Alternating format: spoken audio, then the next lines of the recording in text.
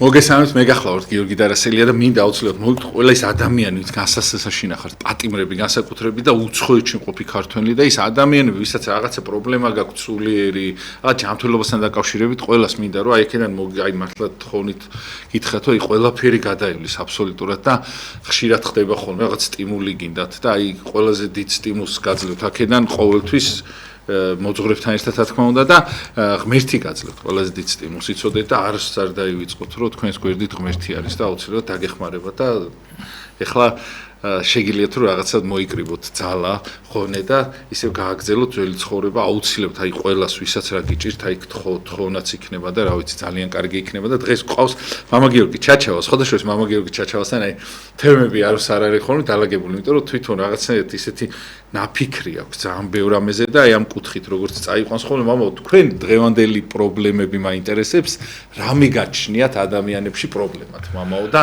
რა არის ადამიანის დღევანდელი ერთ-ერთი ყველაზე დიდი პრობლემა აი რომელსაც შეიძლება გამოასწოროს რომელი პრობლემაც და მე შეიძლება ყველაფერი დაულაგდეს დიდი მადლობა მოწვევისთვის მადლობა თქვენ მე მინდა შემოგიერთეთ და ასევე დავლოცო განსაცდელსა შინამყოფი, ავადმყოფობასა შინამყოფები, პატიმრობაში ვინც არიან, ყველა ეს ადამიანი და მინდა რომ მათთვის ეს აი იცით როგორ არის ის რაც ჩვენ არ ყლავს, ის უფრო გვაძლიერებს, რომ ამათმა აი ამ განსაცდელებიდან კიდევ უფრო გაძლიერებულები რო გამოვიდნენ.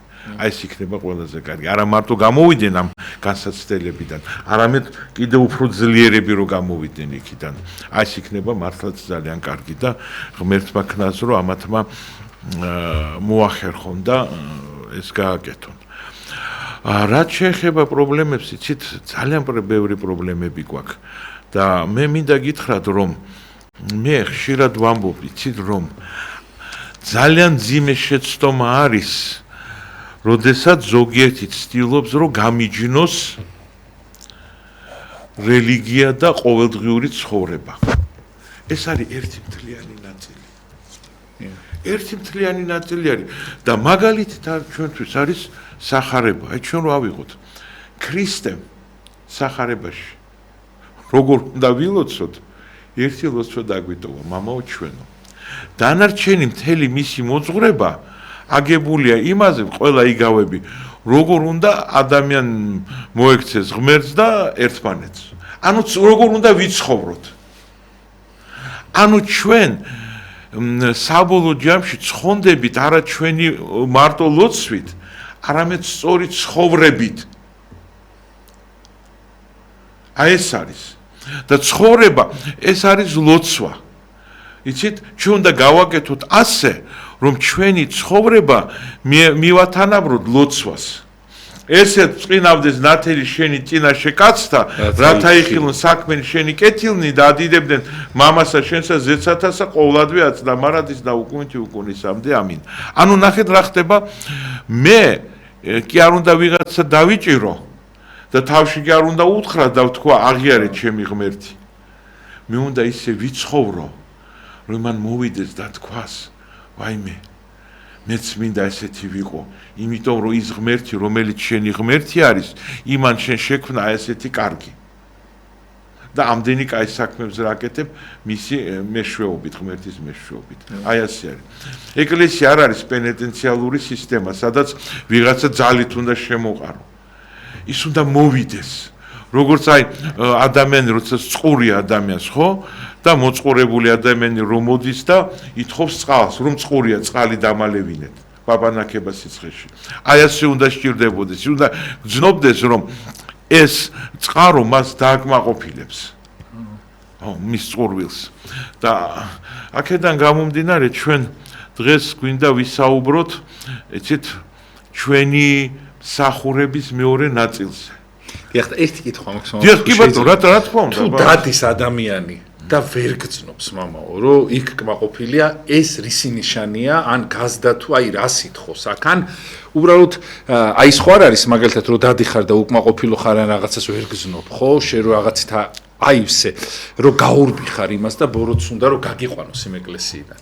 აი იმ შემთხვევაში აი ეს რისი ნიშანი, იმიტომ რომ ბევრი ადამიანი დადის და ვერ აისო, ზოგი 20 და 30 წელი დადის, მაგრამ ვერ დადგა, ვერ შედგა, ვერ შეიცვალა და ასე შემდეგ. აი თუ შეიძლება მამაო, რასთან გვაქვს აქ საქმე, თქვენ გამოცდილი მოძღვარი ხარ და ხშირად ალბათ შეგხვედრიათ ეგეთი. იცით რა არის, იმიტომ რომ ის არ ვითარდება ადამიანი. მას უნდა ესმოდეს რომ მარტო ეკლესიაში შესვლით და წირვა-ლოცვაზე დასწრებით ის წინსვლას ვერ განიცდის თუ თვითონ არ არის მონდომებული, თუ ის არ ეძებს საშუალებებს როგორ უნდა გაიზარდოს. და იქ იცით როგორ არის, ამიტომ არის რომ აქ საჭიროა ძალიან ბევრი მოძღვართან კონსულტაციები. მე ჩემი დროის ძირითად ნაწილს იმაში იმაშვები რომ ვზივარ და მრევლთან ჩვენ ვარკვევთ რა გავაკეთოთ რომ ვიღოთ უფრო ეფექტურები. ანუ ასეც არის, მოდით ასე ვთქვათ. იმაში მექანიკაში, ინჟინერიაში, ფიზიკაში არსებობს ასეთი მოვლენა, როგორც მარგი ქმედების კოეფიციენტი, ხო? ანუ ყველა ინჟინერი ცდილობს, რომ მისი შემდგომი მექანიზმი, შემდგომი მანქანა, შემდგომი ძრავი, მას ჰქონდეს მარგი ქმედების კოეფიციენტი უფრო მაღალი, ვიდრე წინა იყო, ხო? ანუ და ჩვენ რელიგიური ადამიანები რატო არ უნდა გავაკეთოთ იგივე, რატო უნდა ჩამორჩეთ? ესე იგი ჩვენ უნდა ფიქრობდეთ რომ რა გავაკეთოთ რომ ეს მარგი ქმედების კოეფიციენტი გავზარდოთ. ანუ ეკლესიურად რო ვთქვათ მარგი ქმედების კოეფიციენტი ეს ისახება სულიწმინდის მადლის მოხვეჭაში. თუ ადამიანს აქვს სულიწმინდის მადლი მოხვეჭილი, ეს იმას ნიშნავს, რომ ეს არის ჩვენი მარგი ქმედების კოეფიციენტი, რაც უფრო მეტი სულიწმინდის მადლი გვაქვს მოხვეჭილი, მით უფრო მეტი მარგი ქმედების კოეფიციენტი არის ეს საეროენით, სასულიერონით სულიწმინდის მადლის მოხვეჭა. და მე მინდა გითხრათ, რომ ეს პროცესი არის ძალიან რთული. ძალიან რთული. იცით, აი ოსტატობა სჭირდება. აი მოდით ასე ვთქვათ, აი შეიძლება ცოტა ცუდი შედარება მოვიტანო, მაგრამ აი წარმოვიდგეთ მეკარე, ხო? საქმე იმაშია, რომ მეკარემ კარგი მეკარე უბრალოდ არ უნდა მოიგერიოს ბურთი, არამედ ის უნდა დაიჭიროს. რომ მან თუ მოიგერია და გადააგდო გვერდზე, შეიძლება იქ აღმოჩნდეს სხვა თავდასხმელი, რომელიც ისევ დაეუფლება იმ ბურთს და შეიძლება ისევ იერიში განაგრძოს შენ კარებზე. ამიტომ ნამდვილი მეკარე არის პიროვნება, რომელიც იჭერს იმ ბურთს და აღარ უშვებს ხელიდან. აი ეს არის ყველაზე კარგი ბურთის აღება. და არა ის რომ დაუშვათ უფრო სახიფათო მომენტი. ხო, უფრო სახიფათო მომენტი რომ გვერდზე გადააგდო ეს ბურთი, მოხდეს შენ და მერე ის სხვა იმაში. აი აქაც ზუსტად იგივე არის. ჩვენ როდესაც ვართ რელიგიაში, ჩვენ უნდა ვისწავლოთ რომ მოვიხვეჭოთ ეს სულიწმინდის მადლი და შევინარჩუნოთ. აი ეს შენარჩუნება არის ყველაზე დიდი პრობლემა. ყველაზე დიდი პრობლემა. ეს იყო დიდი წმინდანების დიდი პრობლემა, მადლის. ესე იგი, ყველა წმინდანი ერთხმად აცხადებდა, რომ ჩვენო იმდენად არ გვიჭირსო მადლის მიღება, როგორც მერე მისი შენარჩუნება. იცით როგორ ტიროდნენ ხოლმე აი წმინდანები, როცა მიიღებდნენ ძალიან დიდ მადლს, მაგრამ მერე კარგავდნენ იმას, გაექცეოდა ეს. ხო, ეს არის ძალიან მტკივნეული. ხო, აი შენარჩუნება, ეს ასე არის, აი სოფლის მეურნეობაში. თავარი პრობლემა რა არის? მთელი აი საბჭოთა კავშირიდან წამოსული. საბჭოთა კავშირის სოფლის მეურნეობის თავარი პრობლემა რა იყო? უკვე გაზრდილი მოსავლის, რომელიც უკვე ეს არის, იზრო, ესე იგი მოკრიფო და დააბინაო. აი ეს იყო ყველაზე დიდი პრობლემა. 40%-მდე მე მაშინ რაც ვკითხულობდი გაზეთებში, თვითონ აღიარებდა, ნუ საბჭოთა სისტემა მაინც და მაინც ძალიან გულწრფელი არ იყო, მაგრამ აქ იძულებული იყო რომ აღიარებია, რომ ის მოსავალი რაც მიიღეთ, 40% დაიკარგა, დალპა იქ მინდორში. ან საკმარისი ელევატორები არ ქონდა და ელევატორის წინ დაყრილი დალპა. აი შენარჩუნება ეს არის ძალიან დიდი ოსტატობა არის. ყველა სფეროში, როგორც მექანიკურად, როგორც ფიზიკურად, ასევე სულიერად. და არ არის გასაკვირი. ხო, ჩვენ ესე იგი უზარმაზარი იყო, კოლმეურნეობები იყო, რომლებიც მუშაობდნენ, იყო მოსავალი, მაგრამ უპებოდა ყველაფერი. ფუჭდებოდა ძალიან ბევრი. რომ საკონსერვო წარმოება არ იყო საკმარისად და ეს არის და აქაც იგივე არის რელიგიაში. შენ შედიხარ, შენ ხებულობ იმას.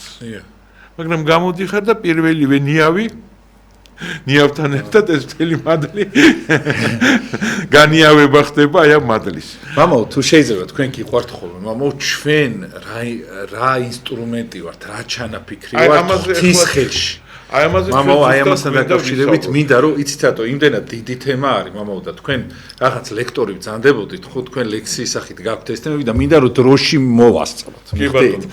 და თუ შეიძლება, ხო, აი ადამიანის როლი, აი რა ჩაიფიქრა. აი ის ამაზე ჩვენ რაც ვისაუბრეთ, უბრალოდ მინდა რომ დავამატო, აი გერმანელი მორწმუნეები ასე ამბობენ. Sonntag and Montag. ანუ Sonntag Sunday, ანუ ეს არის კვირა და ორშაბათი. ანუ ისინი ლაპარაკობდნენ ზნეობაზე და სულიერობაზე, კვირის სულიერობაზე და ორშაბათის სულიერობაზე. ანუ კვირას ადამიანი მოდის ეკლესიაში, იქ რაღაცა ლოცულობს, რაღაცა სხვანაირი ადამიანია, ორშაბათი დგება და ეს არის სხვა ადამიანი, სხვა სახე, სხვა პიროვნება.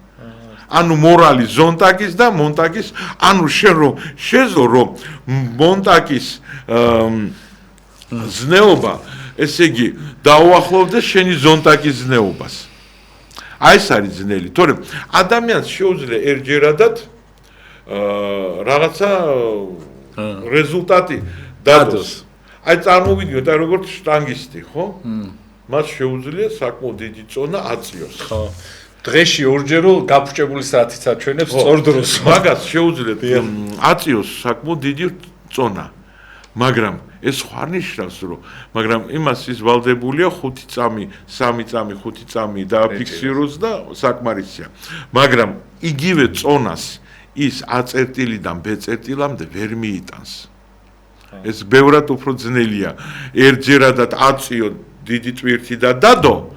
ვიდრე მე ეს გინდაც უფრო ბევრად უფრო პატარა ტვირთი A-წერტილიდან B-წერტილამდე ატარო.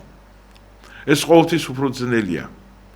და მე აქაც ადრეც მithქვამს და რაკი უკვე ამას შევეხეთ, მინდა მაგრამ ეს თემა დავამთავრო. შეუნდა გვესმოდეს რომ ჩვენი ცხოვრება, სულიერი ცხოვრება სპორტს წააგავს ერთ რაღაცაში. ნიშნულობა არ აქვს შენ დისტანციის დროს რომელ ადგილზე ხარ. თავარი არის ფინიში თუ გადალახე. აი ფინიშის გადალახვა არის თავარი. და იგივე ქრისტიანობაში. გარდაცვალებამდე ჩვენ არაფერი გარანტირებული არ აქვს. არაფერი არ გვაქვს. და სხვათა შორის როცა განიხილავენ, აი ხო არის კანდიდატები, ვინც უნდა ეკლესია დასახელოს წმინდანად. აი ძალიან სკრუპულოზურად განიხილავენ გარდაცვალების ბოლო მომენტი მისი, როგორ გარდაიცვალა, როგორ გავიდა ამ ქვეყნიდან. ერთ-ერთ მნიშვნელობას ანიჭებენ. ხო, ყველა ერთ-ერთ დიდ მნიშვნელობას ამას ანიჭებენ. აი და რატომ ამ მაინც როა? იმიტომ რომ თავარი ეს არის ბოლო აკორდი, შენ ბოლო იზრაქი, იმიტომ რომ შენ შეიძლება ხო ვარგოდე და მე ბოლოში რაღაცა ვერ გააკეთო. ბოლო მომენტამდე. და ამიტომ ბრძოლაც არის ბოლო მომენტამდე. ჩვენ არა გვაქვს აი სულის ბოლო ამოსუნთქვამდე არ გვაქვს უფლება რომ მოვდუნდეთ. თუ ჩვენ გვინდა რომ დავიმსახუროთ ღვთისასופველი. ბოლო წუთამდე, ანუ შენ სანამ არ გადალახავ შენ ფინიშის ზღვარს, ხო? შენ არ გაქვს უფლება რომ მოდუნდე.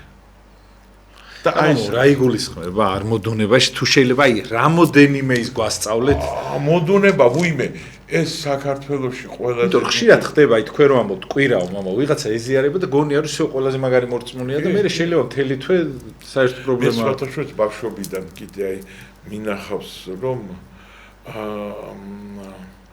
იცით აი დაუშვათ ვიღაცა ჩვენ ძალიან ნიჭიერი ახალგაზრდობა ქონდა. და დაუშვათ ახალგაზრდები ძალიან დიდ დონეს აღწევდნენ. და მერე მიიღებდნენ ნაკრებში ასე შემდეგ და შეავარდებოდა თავში. იწყებდნენ დალევას, მოწევას იწყებდნენ, რაღაც ისა რეჟიმიდან ამოვარდნა და ძალიან მალე მათი კარიერა მთავრდებოდა ამით. აი ეს არის. ეს მოდუნება, ეს იცი როცა შენ განსაკუთრებით როცა შენ რაღაცას მიაღწევ.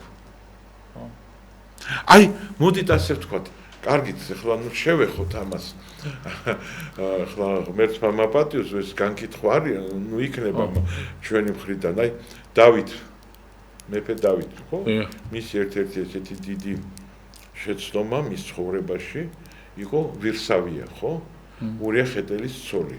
თქვენ იცით რომ რომელიც ომში გაუშვა და თქვენ იცით რომ მე წინასწარმეტყველი ნათანი რომ მოვიდა და უთხრა რომ ერთს რო 100 ცხვარი ყავდეს და მეორედ ერთი და სიკვდილის და აი შენ იგივე გააკეთე და რომ ის წავიდა და ორმოში იჯდა ტიროდა და იმიტომ რომ ძალიან მძიმე შეცდომა გააკეთა მაგრამ ამ ყველაფერმა რა გააწევინა სამაგიერო მაგრამ მოდით ნახოთ ეხლა მოდით ნახოთ რატომ მივიდა თუ შეიძლება ორი წამით რო უთხრათ რაზე არის ლაპარაკი ანუ ადამიანი მოწონდა და მისი მეუღლე ომში გააგზავნა ნუ ეს ვირსავიას ამბავი ყველა მიცის მე მგონი ნუ ეს არის თქვენი იცით რომ მას მოეწონა ნუ მოყვები მაგრამ აი რით დაიწყო ანუ რა ხდება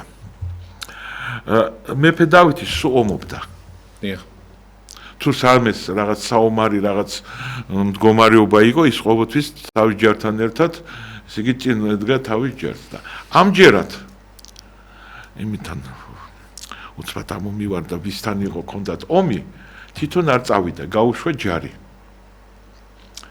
და ჯარმა გაიმარჯვა და მიიღო კაი ამბები რომ გაიმარჯვეს ანუ თვითონ არ წავიდა და გვიანობამდე ეძინა საღამომდე ეძინა მე იქით როგორ არის ისრაელში სახლები როგორ არის ყველა სახლს აქვს ესეთი პენტჰაუსი ასე რომ ვთქვა ნუ ტერასები ყველას ისრაელში ასეთი ის არის და გამოვიდა ტერასაზე თელი დღე ეძინა გამოვიდა საომარ მოქმედებებში არ მიიღო მონაწილეობა კაი ამბები მიიღო ყველაფერი ძალიან კარგად მოდუნდა კაცი და აქეთ-იქით ათვალიერებდა და ხედავს რომ იქ ურიას ცოლი იქ ბანაობს და მოეწონა ნუ იქ ურიას ცოლისიც ბრალიც არის იმიტომ რომ როგორ მოხდა რატომ მოხდა რომ ის გარეთ ბანაობდა გახდილი ნუ აქ ბევრი ახლა ბოლომდე ბიბლია ყველაფერს იგებდა მაგრამ ნახეთ და იმ დროს ბოროტიძალა შევიდა მის თავში და მან რომ მოინდომა ეს ქალი, მაგრამ რო იცოდა მას ყავს ქმარი და თავის მხედართ აღარ სულს გააგზავნეს იქ საომარ მოქმედებებში, სადაც ის 100% უნდა მომკვდარიყო. ხო. აი. მაგრამ ეს დაიწყო აი იქ. რომ მან არ წავიდა, იმიტომ რომ იქამდე ის ყოველთვის თავის ჯართან ერთად მიდიოდა საომრად. და იმის მაგივრად რომ არ იმიტომ რომ იმ დროს აუცილებლად მეფე მიდიოდა წინ და წინ უძღვებოდა თავის ჯარს ხო და ამჯერად არ წავიდა მე ეძინა დიდხანს მე ძალიან კმაყოფილი საკუთარი თავით გამოვიდა და დაემართა ის რომ მაგას ბევრი კაი ხანს მოუწია ესე იგი ტირილი, სინანული, ვედრება, კალოვანი სინანული. ხო, და სხვათა შორის 50 ფსალმუნი აი ამ საკითხთან დაკავშირებით დაიწერა, მაშინ დაწერა მან ეს 50 ფსალმუნი. მიწყენე ერთად იცაცხა. ხო და აი ეს არის. ესე ამაგარ სიტყვებს ამბობს მან და ცოდოთა შინა შუამე დედამან ჩემან და ხო 50 ფსალმუნი ძალიან ისეთი სინანული ძალიან ისეთი ფსალმუნი არის მაგრამ ეს ყველაფერი საიდან დაიწყო აი ასე მოდუნდა არ უნდა მოვუდგეთ ხო არ უნდა მოდუნდეს ქრისტიანობა ეს არის იცით როდის იყო ქრისტიანობა ყველაზე აი როცა ხანდისხან ამბობენ რომ იცით აი როგორ უნდა ვინატრო ეს დრო მაგრამ იცით როცა ჩვენ კი, გასაგებია დღეს ჩვენ ეკლესიას ბევრი საშუალებები აქვს, მაგრამ როცა ჩვენ საბჭოთა კავშირის დროს ათეისტური სამყარო იყო და ვიყავით დევნაში, იქ უფრო მეტად მობილიზებულები ვიყავით. მართალია, მამა. მეტად მობილიზებულები. იწთობა ოქრო. კი. ეხა მოშებულები ვართ. ბევრად უფრო მობილიზებულები ვიყავით. ჯერ ელემენტარული მამა რაღაცა სექტები და ისინი რომ ყალიბდებოდა ციგნები და იმით ყველამ რაღაცა დეტალები შეიცოდა ყველა. დღეს აღარავინ ნებისმიერი რომ მოვიდეს მოგიგებს საუბარში, იმიტომ რომ ის არის რა ქვია. მოდუნებული ხარ გონია რომ აღარ გჭირდება და ეხლა რაღაც ძალიან პრიმიტიულ რაღაცას გეტყვით. აი სიონში მაშინ შესაძლებლობები ძალიან ცოტა ქონდა და ისეთი კარგი სეფისკვერი, ისეთი ხარისხიანი სეფისკვერი წვებოდა. დღეს აღარ აქვს. ესე იგი, ჩემი ყველაზე დიდი თავის ტკივილი არის, წირვალოცვას რო ვიწყებთ, რომ ხარისხიანი სეფისკვერი მოვა თუ არა. დღეს ასეთი შესაძლებლობები გვაქვს. გეუბნები უნდა დააცხოთ. ბევრ მონასტერში ხო, მაგრამ იქ რაღაცა დეტალები არის აუცილებელი, უნდა იყოს. ყველა ვერ გამოაცხობს სეფისკვერს, იქ უნდა სპეციალური ადამიანები იყვნენ და რაღაც, მაგრამ რაზე გეუბნებით, ესე იგი, იცით რომ აი სიონში და იმ დროს იცით როგორი სეფისკვერი იყო? გემოთი, თავისი ტექსტურით, ყველაფრით, ვინ აკეთებდა მაშინ? ნუ სხვა რაღაცებით, სანთელიც უფრო ხარისხიანი იყო და ასე შემდეგ. და ჩვენც უფრო მობილიზებულები ვიყავით. და იცით როგორი თანადგომა ქონდა ერთმანეთის და სადმე ეკლესია თუ არა სამლოცველო სახლი თუ გაიხსნებოდა, როგორ გვიხაროდა სულ ყველას და როგორ ულოცავდით ერთმანეთს. დღეს ეს ყველაფერი უკვე რუტინად იქცა. და ამიტომ აი ეს არის, აი ეს კატაკომბური ეკლესია, როცა იყო დევნაში, აი ეს პირველი ქრისტიანები, ხო? როგორი ძლიერები იყვნენ. ამიტომ ჩვენ არ უნდა გვეშინოდეს აი ამ იმის და აი როცა ხანდახან გვეუბნებიან, რომ აი არა ეკლესია არის, საერთოდ ქრისტიანული ეკლესია არის დევნილი ეკლესია, დევნილების ეკლესია არის. იმიტომ რომ ქრისტე თვითონ იყო დევნილი. აბა ნახეთ, იბადება ახალშობილი ქრისტე. და სად იბადება? მოდით გულწრფელად თქვა. ბოსელში. ბოსელში და ბაგა ეს არის იქ საიდანაც თივას ჭამენ ეს ცხვრები და ბაგაში დააწვინეს, იმიტომ რომ ის ჭოჭინა არ ქონდათ. მაგრამ ეს საკმარისი არ იყო. მეორე დღეს, მესამე დღეს მოუწიათ გაქცევა იმაში, ეგვიპტეში. ანუ ბოსელში დაიბადა და ორ დღეში ლტოლვილი გახდა. აბა ჩვენ რა პრეტენზიები უნდა გქონდეს? აი რა პრეტენზიები გვაქვს ჩვენ საერთოდ უნდა გქონდეს? თუ ჩვენ ვართ ქრისტეს მიმდევრები, თუ ჩვენ გვინდა მივბადოთ ქრისტეს. ხო, ის გზა უნდა გავიაროთ. ხო, ის გზა უნდა გავიაროთ. მაგრამ ჩვენ არ ვართ გზა, ჩვენ იმდან ძლიერები არ ვართ. ეხლა მე რო ჩემ ბიოგრაფიაში მქონოდა ესეთი ეპიზოდი, რომ მე ბოსელში დავიბადე, ჩემთვის ეს დიდი ფსიქოლოგიური ტრავმა იქნებოდა, ხო? ხო, შეიძლება ღმერთი დაეგმო ადამიანს, როგორ ყველა ისე დაიბადა და მე ყოველ შემთხვევაში ადამიანი დამალავდა, არ გამხელდა ამ ეპიზოდს თავის ბიოგრაფიაში, ხო? და აქ არ დაიმალა ეს. ხო, შეიძლება დაემალათ ეს ეპიზოდი და არ დაეწერათ. ხო. მე გეუბნები რომ დღეს მე ძალიან ბევრ ადამიანს ვიცნობ ირგვლივ, მათ ცხოვრებაში რომ ბიოგრაფიაში ასეთი მოვლენა რო ყოფილიყო, ისინი თავისი ბიოგრაფიიდან ამას ამოშლიდნენ, სხვანაირად იმას იზავდნენ. ხო. ხო, წარმოიდგინეთ. მაგრამ იქ ეს ხდება. და ამიტომ ერთი სიტყვა მინდა კითხოთ რა. ამით რას გვეუბნება ღმერთი რა? ხო შეეძლო სხვაგან დაბადებულიყო, მაგრამ აი რას გვეუბნება უბრალოდ ადამიანმა ვერ შეიდა. აი ყველაზე მთავარი იცით რა მესიჯი არის ჩვენთვის, რომ ვინ არის ქრისტე? ღმერთი ვინ არის? ღმერთი არის თვით ჭეშმარიტება. ღმერთი არის ჭეშმარიტების განსახიერება. სადაც არ უნდა იყო? ხო, მაგრამ როცა აი ამ ცოდვილ დედამიწაზე მოვიდა ჭეშმარიტების განსახიერება, ეს სამყარო მას არ მიიღო. და ჯერ ბოსელისკენ უჩვენა გზა და მერე საერთოდ ლტოლვილობისკენ. ანუ ის რას გვეუბნება ჩვენ, რომ შენ რაც უფრო წესიერი იქნები, რაც უფრო ჭეშმარიტებისკენ იქნები განწყობილი, რაც უფრო პატიოსანი იქნები, შენ ამ სამყაროს მიერ იქნები დაბულინგებული. ხო. მაგრამ შენ არ უნდა გეტკინოს გული ამის გამო. იმიტომ რომ შენამდე პირველად ქრისტეს გაუკეთეს იგივე. და ჩვენ თუ ვართ მისი მიმდევრები, ჩვენ უნდა მზად ვიყოთ, რომ თუ ჩვენ ვიქნებით გავაკეთებთ სიკეთეს, ამ სიკეთის გამო დავისჯებით. ხო. არ ვეყვარებით. ხო. აი ეს არის. ამიტომ ჩვენ ვართ ქრისტეს ეკლესია. და ამიტომ ჩვენ ამისთვის უნდა ვიყოთ მზად. ხო. და ეს იქნება ხო მამაო, გარდაუვალია და აი თუ არ არის მამაო, ჩვენში რაღაც პრობლემა არის, იმიტომ რომ ზოგიერთი ადამიანი გაზულუქებულია და ვერ გზნობს. კი, ჩვენ ყველანი ვართ გაზულუქებულები, ჩემი თამადობით. დიახ, და თუ შეიძლება მამაო, აი აქ რა პრობლემა გვაქვს? აი ხო იცით, აი დავითმარო თქვა რა, ხოლოდ მაშინ ვარ ბედნიერი, როცა ვარ შეწუხებული. აი პატარა შეწუხებაზეც მამაო, ხო ხდებით? ანუ რაღაცნაირად პრობლემა გვეკითხებით, ღმერთს თუ რატო დამემართ ამე, ეს რა რატო უნდა მჭირდეს? თუ შეიძლება მამაო, აი აქ რა ის რასთან. ნუ ეს არის იცით, აქ რასთან გვაქვს საქმე, რომ ღმერთი გვწყალობს მაინც, ღმერთი ხედავს ჩვენს სისუსტეებს და უფრო მეტად გვაძლევს რაღაც საშუალებებს და ელოდება რომ ჩვენ ეს ყველაფერი დავინახოთ, სწორედ დავინახოთ. ხო. და თუ რაღაც არის, ის კი არ უნდა იყოს, რომ ჩვენ უკმარისობაში კი არ უნდა ვიყოთ, ჩვენი თუნდა ჩვენი შეგნებით თუ არის ვთქვათ, რაღაც კომფორტზე. იმბატ. ხო. არის რაღაცა კომფორტი, რომელზეც მე დღეს არ შემიძლია უარის თქმა.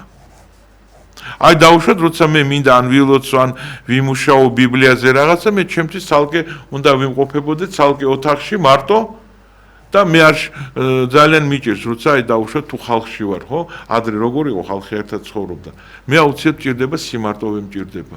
განმარტოვებ თუ ჩავ. მე მჭირდება რომ ადამიანები 10 კაცი ერთ ოთახში ცხოვრობდა. ხო. და დღეს მამაო, ეკლესია შეიძლება გვერდზე ადამიანი გედგას და ვერ აიტანა. ხო. წარმოიდგინეთ, ის კი არა რომ წარმოიდგინეთ რას უძლებდნენ ეს. ხო. და აქედან მე მინდა ახლა გადავიდე აი იმ პრობლემებზე, რომელიც თქვენ ბძანეთ. იცით, ახლა აი ძალიან არ მინდოდა ამაზე საუბარი, მაგრამ რაღაცნაირად აი ინტერნეტში ეს იშვიათად ხანდისხან როცა შევდივარ და მაინც და მაინც ღმერთმა დამანახა. ეს და საკმაოდ გული მეტკინა, იცით. საკმაოდ გული მეტკინა, ახლა მე თვითონ კი არ ვამბობ, რომ აი ახლა განკითხვის სახით ან რაღაცა, მაგრამ რატო გტკივა თქვენი სამშობლო მამაო და ის ხალხი, ვინც ვერ შეგება ის. ბევრი სხვა მომენტებიც არის. აი და გამოკითხვა ჩაატარეს და ძალიან ბევრი ადამიანს თან თბილისში კულტურულ შესახედი ადამიანი, აი რომ შევაცოდნო და ვიფიქრებდით, რომ ასეთი რაღაცა პიროვნება არის, კითხეს სად მოკლესო ილია ჭავჭავაძე ტანზანიაში ხარაგაულში თუ ღვანკეთშიო ღვანკეთი ხო ღვანკეთი ხო და ყველამ თქვა არ ვიცითო ილია ჭავჭავაძე სად მოკლეს ტანზანიაში ის მაინც ეთქვა რომ აი რომელი ვარიანტიო და აი ვერ ვფიქრობო ანუ ის მაინც ეთქვა რომ ტანზანიაში ნამდვილად ვერ მოკლავდნენ ხო ხო და ძალიან ბევრი ასეთი ეს პრობლემაა მამაო ეხლა ეს პრობლემა მე იქ კითხეს ნიკო ფიროსმან როდის რომელ წელს დახატა კობა ხაბაზის ისო სურათიო 2000 წელს 2003 წელს თუ 2007 წელს და ისინი იქ მსჯელობდნენ ხო არა ეტყობა 2005 წელს დახატავდაო რაღაც ისაო ნიკო ფიროსმანი ქრისტეფორე კოლუმბზე იკითხე რაღაცა ძალიან ბევრი ის არის ძალიან ბევრი რაღაც არის რომ ქრისტეფორე კოლუმბი ეს ელემენტარულია საუბარი ხო ჩვენი ესეთი ყოფილი პრეზიდენტი შეხვდა ქრისტეფორ კოლუმბს და ღირსებით ორდენით დააჯილდოვაო და რამდენად ქონდა ამის უფლება რომ დაეჯილდოვებია და იქ აზრი გაეყო ზოგი ამბობდნენ რომ ექს-პრეზიდენტს ქონდა უფლება მისი დაჯილდოების ზოგი ამბობდა რომ ექს-პრეზიდენტს არ ქონდა ამის უფლება დაჯილდოების და არც ერთ ფართვა და სადნა ქრისტეფორე კოლუმბი ხო? ნუ ეს იცით რაზე მეტყველებს რომ და ამის გარდა კიდე იცით აი მე ახლა ეკლესიაში როცა სკოლის მოწაფე ბავშვი მოდის მე ვგებულობ რომელ კლასში არის და შესაბამისად დავსვავ რაღაც კითხვებს ნუ ძირითადად ბიოლოგიიდან იმიტომ რომ რა ხდება იცით ბიოლოგია ეს არის ის გარემო სადაც ჩვენ ცხოვრობთ ეს ჩვენ ვართ და შენ შეიძლება ის არ იცოდე, შენ ახლა ბინომ ნიუტონა ვერ გამოიყვანო, მაგრამ ის რაც შენ გეხება, შენი სხეული რა ორგანოებიდან შედგება და ყვავილი რისგან შედგება, ეს უნდა ვიცოდეთ. აი მე ვეკითხები, რომ აი რისგან რა ნაწილებიდან შედგება ყვავილი. და ბავშვები თან მე ვიფიქრე, ნუ ახლა რამდენიმეს ვკითხე, სპეციალურად აი ვინც ბავშვი მოდა ვეკითხები, ბოტანიკას გადიხართ და როცა ვეკითხები ეს, შეშინებულები მიყურებენ ასე. პირველად რო კითხეს? ხო, პირველად რო კითხეს. ესე იგი არ გადიან სკოლაში. მე არ ვიცი, საერთოდ აი ბიოლოგია რა დონეზე ისწავლება, მე არ ვიცი საერთოდ. ზოოლოგიაში თუ რამდენიმე კითხვას დავსვამ, იქ საერთოდ სრული კატასტროფა არის. იქ აღარც უნდა გადახვიდე, მამა. იქ არც უნდა გადავიდე, იმიტომ რომ ეს აკრძალული ილეთი არის უკვე იქ ზოოლოგიაზე და ანატომიაზე და თვითონ უსვაროდ ბიოლოგიაზე იქ უკვე თლათ ის არის, მაგრამ აი ყვავილი რისგან შედგება, ხო? რა ნაწილებისგან. ჩემთან სკოლაში ოროსნებაც კი ეს იცოდნენ. ჩემ კლასში. იმიტომ ყველაზე იოლი თემა. ხო, ან ოროსნება ეს იცოდნენ, მაგრამ მაინც ოროსნები იყვნენ, მაგრამ ესეც რო არ სწოდნოდათ, საერთოდ სკოლიდან გარიცხავდნენ.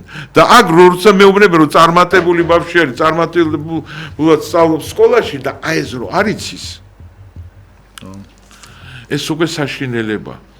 ჩვენ არ ვიცით ნიკო ფიროსმანი როდის და მე იქ ასეთი შეკითხვა იყო რის გამო მოკლაო გიორგი სააკაძემ ელტონ ჯონიო და არ ვიციო და მაინცო როგორ რას ფიქრობ შეიძლება მშიერი იყო ნუ გესმით ჩვენ რასთან გვაქვს საქმე და ეხლა რატო არის ეს სანერვიულო იცით რატო არის სანერვიულო ეს გაუნათლებლობა იცით გაუნათლებელი ადამიანი ყველაზე იოლად მართვადი ადამიანი არის. როცა ადამიანმა ძალიან ბევრი რაღაცა, ჩემი ასე იტყვი, რომ იცი ეს ასია და ასე მიყვება. და შეიძლება ხვალ ზეკ, იცით, ჩვენ ქვეყანაში, ჩვენი ქვეყანა ღიარი, აქ ჩამოდის უამრავი ადამიანები ჩამოდიან. ბევრი ცფიერი ადამიანები და შეიძლება მივიდეს და რაღაცებში აცტუნოს ის ადამიანი. კი ბატონო. ძალიან იოლად შეიძლება აცტუნებს კიდევაც ეჭვგეპარებად კი რა თქმა უნდა აცტუნებს კიდევაც და საბოლოო ჯამში მე მეშინე რომ ჩვენ არ გადავიქცეთ მომხმარებლის საზოგადოებად იმიტომ რომ ჩვენ ვიყავით აი ახლა მე გიყვებოდით ჯურის მონასტერი ხო მე-6 საუკუნეში აშენდა ხო და თქვენ წარმოიდგინეთ აი ახლა აი მე მინდა რომ კარგად ყურადღება მისმენთ. აი სმენელმა რომ გამოახვილოს ყურადღება რაზეა საუბარი. ესე იგი ჯვარს შიგნიდან სვეტები არ აქვს. ანუ ჯვარი ხომთლიანად ეს მთელი სფერო ისე არის აშენებული, ისე გეომეტრიულად არის აშენებული, რომ არც ერთი სვეტი არ აქვს. მე-6 საუკუნეში აშენდა. წარმოიდგინე ეს ქართველმა არქიტექტორმა იმ დროს ესე იგი მოახერხა აი ასეთი რაღაცა გაბედა აბა ევროპაში ვნახოთ რამდენი არის უკვე აღორძინების ხანის დროს აბა ვნახოთ რამდენი არის ასეთი ტაძარი რომელიც მთლიანად ტაძარი მთელი ეს სფერო ისე დგას რომ სვეტი არ აქვს ერთი სვეტიც არ აქვს და ეს გააკეთეს მაგრამ ის ვინ გააკეთა ხო ეს გასაგებია რომ იმან ერთ დღეში არ გაიღვიძე და აზრად არ მოვიდა რომ ასეთი უნდა ვაშენო. მე-6 საუკუნეზეა. მე-6 საუკუნეზე. და არა ბაზილიკურ ტაძარზე, ბაზილიკური უფრო ადვილი, გუმბათოვანი. ინეთთა როგორი გუმბათია. დიახ. აი წარმოვიდგინეთ, ესე იგი. და რაღაცნაირად როცა შენ მიდიხარ ჯვარში და იმას ხედავ, რაღაცა პასუხისგებლობა გაქვს უკვე. რომ ჩვენ ასეთი ტიტულოვანი წინაპრები ყავდა, რომლებმაც ჯვარი და თქვენ წარმოიდგინეთ მე-6 საუკუნედან ჯვარი დგას და რამდენი მიწისძვრა რა ადგილას დგას? ხო, რა ადგილას დგას, რამდენი მიწისძვრა გადაიტანა, რამდენი ისა მე ის არის იქ დაბლა ადრე სამხედრო ნაწილი იდგა, რაღაცა რხევები იყო სერიოზული და დგას ჯვარი. ეს რა ესეთი ადამიანი იქნებოდა რომელიც ამის არქიტექტორი რა ესეთი უსაქმურობით ცხოვრობდა ბავშვობიდან ესე იგი ის რაღაცებს სწავლობდა თან იმ დროს ეს ძალიან ძნელი იყო რამე ეს კი არა რომ ინტერნეტს აიღებდა და იმ წუთში რაღაცას ნახავდა იქ იმ დროს რაიმე ინფორმაცია არქიტექტურაზე მე-6 საუკუნეში სად იყო სკოლები საიდან უნდა მიეღო ინფორმაცია არქიტექტურაზე? და მე მინდა გითხრათ ახლა რატომ უნდა თან მამა იქ ჯურის ნაწილი არის იმ ჯურის რომელზეც მაცხოვარი იცვა და ის სასტავტური ეხა მამა მაგალითად ჯვარი სადაც არის აშენებული ნებისმიერი არქიტექტორი მცოდნეები რომ იყვნენ იქ სახს არ აგაშენებინებენ იმიტომ რომ იტყვია რომ გამორიცხულია რომ სახლი იმასგან იმიტომ რომ ვერ დაიჭერსო ის ადგილმა წარმოვიდგინეთ ამხელა რაღაცას იჭერს ხო სხვათა შორის აი საბჭოთა კავშირის დროს პირველად საქართველოში აი მსგავსი რაღაცა ჯვრიდან აიღეს ეს იდეა ჩვენ არქიტექტორებმა რომ აი ეს ძველი სპორტის სასახლე რომ დგას საბურთალოზე რომელიც არის ხო ისიც ასე არის მისი სფერო არის და სვეტები არ აქვს მაგრამ იქ ძალიან დიდი გათვლები დასჭირდა არქიტექტორების მთელი კვლევითი ინსტიტუტის მუშაობა იმისთვის რომ გაებედა და ეს აეშენებიათ ეს უკვე 60-იანი წლების ბოლოს მაგრამ უკვე თანამედროვე იყო თანამედროვე წარმოიდგინეთ თანამედროვე ამხელა მეცნიერება ამხელა ცოდნა არქიტექტურაში სად მე-20 საუკუნის 60-იანი წლები და სად მე-6 საუკუნე ანუ მე-6 საუკუნის შემდეგ მარტო მე-20 საუკუნეში 60-იან წლებში მოახერხეს მსგავსი რაღაცის გაკეთება და ეხლა და რატო აი ეს ყველაფერი რატო თქვი მე იცით საქმე იმაში არის რომ პროფესიონალი ნებისმიერ სფეროში ის ისეთივე მსახური არის ღმერთის როგორც ღვთელი ღვთის მსახური ისიც ემსახურება ღმერთს ღმერთს ემსახურება ის ადამიანი ანუ ისიც არის იარაღი ღმერთის ხელში ანუ უცოდინარი ადამიანი ეს არის დაახლოებით წეგან ვამბობ და წარმოვიდგინოთ შენ რო გინდა რაღაცა გახერხო და მიხვედი აიღი ხერხი და ის არის ბლაგვი და სერიოზულად ბლაგვი არის რა უნდა გააკეთო აი ასევე ღმერთი მოვა შენ ღმერთს დასჭირდები და შენ როცა აი იმის ცოდნაც არ აგაქვს ილია ჭავჭავაძე სად მოკლეს ხო ეს იმას ნიშნავს რომ სხვა სფეროებში ძალიან მძიმე მდგომარეობა არის თორე ახლა იქ წიწამურთან ახლა ვის არ გაუვლია ხო გინდა თუ არ გინდა დასავლეთში რომ მიდიხარ იქ გადიხარ ხო ხო დავიჯი რომ არც ერთხელ არ გაუვლიათ იქ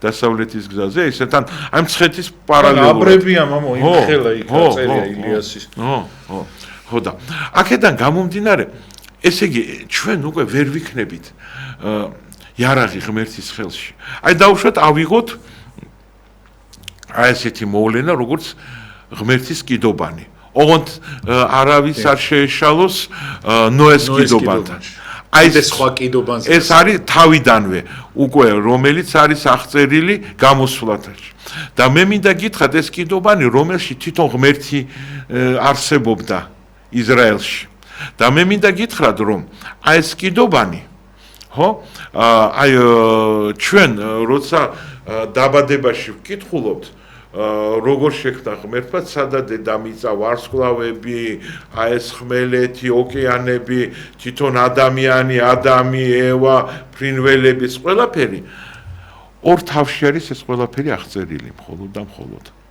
და როგორი უნდა იყოს კიდობანი 13 თავში არის აღწერილი ამხელა მნიშვნელობას ანიჭებს ესე იგი წარმოვიდგინეთ ღმერთმა რამხელა მნიშვნელობას ანიჭებს იმ კიდობაზე რომელშიც ის უნდა იყოს ესე იგი რამდენად ანალოგია ხო რამდენად ეს მნიშვნელოვანი არის და სხვათა შორის ის ეუბნება მოსეს როცა ეუბნება ასე ეუბნება იცოდეო შენ ეს კიდობანი ზუსტად ისეთი უნდა აშენო როგორიც შენ მაღლა რო იყავი ჩემთან იქ როცა იმას სინასთვაზე ახვედი და ის რო დაინახე ხო აი ანუ სადღაც ესე იგი იმ სამყაროში არსებობს რაღაცა კიდობანი რომლის კოპიო უნდა აშენებულიყო აქ მაგრამ ეხლა ნახეთ რა ხდება აი აქ უკვე ჩვენ მივდივართ განათლებაზე ხო ანუ მოსეს დაევალა რომ ამისი ორგანიზაცია მაგრამ იქ ადამიანები იყვნენ შერჩეულები ადამიანები აი და აი დავუშვათ მოდით მე აი ახლა მე მინდა გითხრათ რომ შეხედეთ აი ნახეთ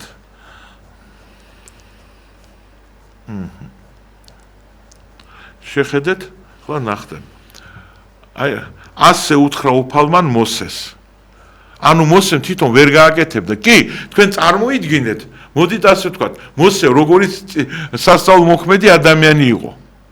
მაგრამ მოსე სასწაულებრივად იმ კიდობანს ვერ შექმნიდა. მისი ყველანაირი შესაძლებლობები სასწაულების ვერ იზავდა ამას და ამიტომ ასე უთხრა უფალმა მოსეს, აჰა, მოუწოდე სახელდობით ბეცალიელს, ძესა ურისა, ძისა ხურისა, იუდას შტოდან. ანუ ბეცალიელი ადამიანი, სხვა ადამიანი, იმიტომ რომ იქ იცით 13 თავში არის აღწერილი ზუსტად ყოველი ყაუჭი, ყოველი სურათი, ყოველი ის ნათალი, ყოველი ძვირფასი ქვა, როგორ ყოველი ის კრეცაბმელი, როგორ უნდა იყოს, რანაირად უნდა იყოს და ავავსე იგი ღვთის სულით, სიბრძნით, გონიერებით და ცოდნით. და ყოველი ხელოვნებით, რომ შეეძლოს ოქროს, ვერცხლის და სპილენძის დამუშავება, მოსაოჭებელი თვლების გათვლა, ხის კვეთა, ხელოვნურ ნივთთა დამზადებლად, აჰა, მიუჩინე მას მერე კიდე ის. და მერე იქ წერია, რომ აი უკვე ეს ბესალიერი და იპოლიტე ამათმა ადგენენ და კიდე სხვებს ასწავლეს. თუ ის ძალიან ისეთი დიდი სამუშაოები იყო ჩასატარებელი. ანუ აი აქ იყო ცოდნა, ანუ ეს ადამიანები მოგვევლინენ როგორც ღმერთის იარაღი. ანუ ასეთი მნიშვნელოვანი საკითხი როგორც იყო უფლის, კიდობნის მშენებლობა და გაკეთება ვერ გაკეთდებოდა, იმიტომ რომ და რა არის ესე იგი ეს უბნის, ეხლა მოდით ასე ვთქვათ, აგერ ანუ ეს რა არის? ანუ ამ კიდობანს ებრაულად ქვია მიშკანი. ებრაული სიტყვა მიშკანი, რაც ნიშნავს კიდობანი. მაგრამ ეს არის წარმოშობილი იმიდან, შაკანიდან, რაც ნიშნავს ადგილი, სადაც დასახლებულია და ცხოვრობს ღმერთი. ანუ ესე იგი ეს როგორ არის?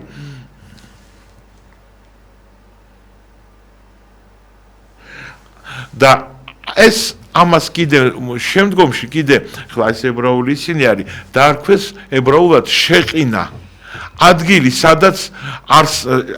სადაც ღვთის მუდმივი ყოფნა არის. ანუ ღმერთი აი სანამ ქრისტე გადმოვიდა დედამიწაზე, ანუ ღმერთი მამა საბაოთი ადონაი აი ამ სკინიაში არსებობდა. ებრაელებს შორის მათთან ერთად ცხოვრობდა. ის სიწმინდე და სხვათა შორის ის შემდგარი იყო 3 ნაწილისგან და პირველში ჩვეულებრივად ებრაელები შედიოდნენ, მეორე ნაწილში მარტო მღვდელმთავრები შედიოდნენ, რაბინები.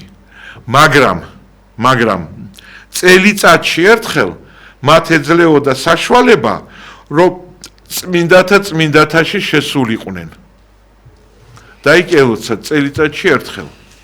და ანუ რას ნიშნავს? ესეთი მნიშვნელოვანი ობიექტის მშენებლობას დასჭირდა განათლებული ადამიანები. ანუ ჩვენ ვხედავთ, რომ ბიბლია იწყება იმით, რომ ღმერთს უკვე დასჭირდა განათლებული ადამიანები. ეს ადამიანები, ეს ბელცებელი და ესენი თავიდან ეს ჩანს, რომ ბავშვობიდან ამით იყვნენ დაინტერესებულები. ერთ დღეში იმან კი არ დაიძინა და დილით კი არ გაიღვიძა, როგორც ხუროთ მოძღვარი, ხო? ის იყო უკვე წლების განმავლობაში ისწავლობდა ამას. ერთ დღეში ამას ვერ ისწავლიდა. და ამიტომ ჩვენ უნდა ძალიან ნათლად გვესმოდეს, რომ განათლება ეს არის იგივე მსახურება. ნიშნულობა არ აქვს ის შენ ექიმი ხარ. ესეც ღვთისმსახურება არის. კარგი ექიმი არ არის ღვთისმსახურება? კი ბატონო. თან მამო, განათლებული ადამიანი არის ღმერთის მეგობარი და გაუნათლებელი მტერიაო რა. რათაც იქცევა ხშირ შემთხვევაში, იმიტომ გაუნათლებელ ადამიანს ძალიან ერევა ბოროტი და მე იმ განათლებაზე ვამბობ, რომელიც მამაო არის ღვთისგან, თორე ნაკითხობა სხვა არის. ნაკითხი რო ხარ და განათლებული სხვა არის კიდე, ხო? იმიტომ ბევრი ნაკითხი მინახია, რომელიც ღმერთს გმობს და ეს სულ არ არის განათლება. რაც თავარია, შენ უნდა გაინტერესებდეს ის იმიტომ კი არა რომ უბრალოდ რომ აი საჭიროა და ეს უნდა გინდოდეს შენ უნდა გწყუროდეს ეს სოდნა და ამიტომ მე მინდა ყველას ვთხოვო რომ რაღაცნაირად გადავხედოთ რა თანდათანობით აი ეს თამასა განათლების საქართველოში დაბლად ჩადის იწევა და რაც თავარია იდე ახლა არ აუშვოს, იმიტომ რომ ჩვენ ვართ, რა თქმა უნდა, ჩვენი საზოგადოება არის მრავალმხრივი და აქ მე ყველაფერი კი არის სავქენი. აქ ძალიან ბევრი ადამიანები არიან, რომლებიც კარგად სწავლობენ, უცხოეთში სწავლობენ და მართლაც კაი სპეციალისტები არიან, მაგრამ პრობლემა არის მასაში. მასიურად უნდა იყოს ეს, აი, მასა უნდა იყოს განათლებული უნდა იყოს. და რა არის, იცით, აი დღეს ესენი კი, ბევრი ახლა სწავლობს უცხოეთში ჩამოვლენ, მაგრამ მაინც ძალიან დიდ საშიშროებას წარმოადგენს ეს რატომ? იმიტომ რომ წინ ჩვენ უფრო დიდი განსაცდელი გველის შემოდის ხელოვნური ინტელექტი. და თქვენ წარმოიდგინეთ, მართლა აღარ იქნება საჭიროება, რომ რაღაცა ისწავლოს ადამიანმა. ყველაფერს შეეკითხება იმ ხელოვნურ ინტელექტს. და თვითონ არაფერი არ ეცოდინება და მე ისე მიჯაჭული იქნება იმ ხელოვნურ ინტელექტზე და ერთხელაც როცა მოვა ანტიქრისტე და გაგითიშავს ინტერნეტს გაგითიშავს იმ ხელოვნურ ინტელექტს და დაკტოვებს შენ დაკარგულს შენ უკვე აღარ გეცოდინება აი მაკარონი როგორ უნდა მოხარშო და მამაო თან ყველაზე ცუდი რა არის შეიძლება ვიღაცა მდიდარმა ეს ხელოვნური ინტელექტი გამოიყენოს იმათ რომ აი შენ მოგატყუოს ხმა ვერ მისცე შენით ელემენტარული ვიღაცა აი რა ჯობია წითელი თუ მწვანე სიტყვაზე ხელოვნური ინტელექტს კითხო და იმ მწვანის ფლობელმა გადაიხადოს ისეთი თანხა რომ შენ უთხარი მწვანე და რატო არ გაიყიდება სიტყვაზე და ადამიანებმა მამო სუიციდამდე და იმამდე მიუყვანია ბევრ ეგეთი იმას როცა დამოკიდებული მაგრამ ისე ვამბობ ყველაზე დიდი ისე როცა ჩვენ ვამბობთ რომ აი მოდის ანტიქრისტე ისე არ მოვა რაღაცნაირად აი ეს მოვა უბრალოდ იქნება ადამიანი, ვისაც ხელმწიფების ინტერნეტის გათიშვა. ყველაფერი მაგის ხელში. ხო, და წარმოიდგინეთ ერთი, ну კაცობრიობა მინიმუმ 50 წელიწადი კიდე იარსებებს თქვა, ხო? და 50 წლის განმავლობაში როგორი თაობა მოვა. მთლიანად მიჯაჭული ინტერნეტზე და ხელოვნურ ინტელექტზე. და დარჩებიან დაკარგულები. არ ეცოდინებათ რა გააკეთონ. საერთოდ არ ეცოდინებათ რა უნდა გააკეთონ. ისე ვამბობ, მაკარონს ვეღარ მოხარშავ, იმიტომ რომ მას კითხონ რა როგორ უნდა გავაკეთო, როგორ უნდა მოხარშო მაკარონი. ხო? აი გეცინებდა, მაგრამ იქამდე მივა ეს საქმე. ხო, არა, უკვე აღარ მეცინებ, იმიტომ რომ ზოგი არის ბევრი მამა, რომ ზოგი ამბობს კიდევაც პირდაპირ, რომ კვერცხი შეწვა არ ვიცი, უთქვა, ტელევიზორშიც უთქვა. ხო და, ну აი ასეთი მდგომარეობა და ამიტომ ჩვენ ახლა მე რა თქმა უნდა დღეს ახლა მოვედი, შეიძლება თქვა აი მოვიდა აქ დაგძაფრა და წავიდა. მართლა ახლა მე ხელში არ მიჭირავს რეცეპტი რა უნდა გავაკეთოთ. მაგრამ მე ესე იგი აი ეს თემა ავამაღლე რო იტყვიან და რა თქმა უნდა ამაზე უნდა მოვიდნენ და იმჟელონ ხალხმა უნდა თქვას აი ეს მართლა ინტელიგენცია ეს მეცნიერი ხალხი აი ეს მოწინავე ერის ლიდერები ხო უნდა ყოველთვის სადონ რომ ერის თამასა აწიონ ხო განათლების ინტელექტის ხო მე არ მაქვს პრეტენზიები რომ დიდი ინტელექტუალი ვარ ან დიდი ხელოვნება ცოდნე ვარ რაღაცა მე ვარ ძალიან რიგითი ადამიანი მაგრამ მე ვხედავ რომ უკვე ჩვენ აი ეს მინიმუმიც უკვე აღარ აქვს და ეს ძალიან ცუდი არის და მე მეშინია ჩვენი ერის მომავლის ამის გამო ღმერთმა დაგლოცოთ ღმერთმა გაგაძლიეროთ და ღმერთმა შეგვაძლებინოს რომ ჩვენ შევძლოთ რომ ამ თემებზე ფიქრი მაინც დავიწყოთ აუცილებლად მამა. მე გპირდებით რომ ძალიან ბევრ გადაცემას გავაკეთებ თქვენთან ერთად რა. აი ამ ზაფხულმა ჩაიაროს და სექტემბრიდან სერიოზული საათი. მაგრამ სხვა სტუმრებთანაც უნდა ეს საკითხი წამოვწიოთ რა. აი რას ფიქრობენ, იმიტომ რომ ხლა მე მარტო ერთი ადამიანი ვერაფერს ვერ ვიზავ, ხო? ჩვენ მარტო ვერ ვიზავთ. ამიტომ აი გამოცდილი ხალხის აზრი მე ძალიან მაინტერესებს. მართლა გულწრფელად მაინტერესებს. უდიდესი მადლობა მამაო. მამა გიორგი ჩაჩავა გახდა ჩვენი სტუმარი, წმინდა პანტელეიმონის ტაძარი არის ვერის სასაფლაოზე, ბევრი მეკითხება ხოლმე წერს და იქ ბრძანდება მამაო ძალიან დიდი ხნის მოდელი არის, რომელიც პატრიარქის თავასტი ქაროსანი იყო და პატრიარქის გაზრდილი და რა ვიცი, ერთ-ერთი ძველი თაობის წარმომადგენელი. უდიდეს მადლობას მოგახსენებთ მამა მობრძანებისათვის და ყველაფერს სიკეთეს გისურვებთ და დაგველოდეთ შემდგომში ზარების შემოვა აუცილებლად და დაგიბრუნდებით ზუსტად 10 წუთში. დროებით მე გახდით გიორგი დარასელია და დროებით.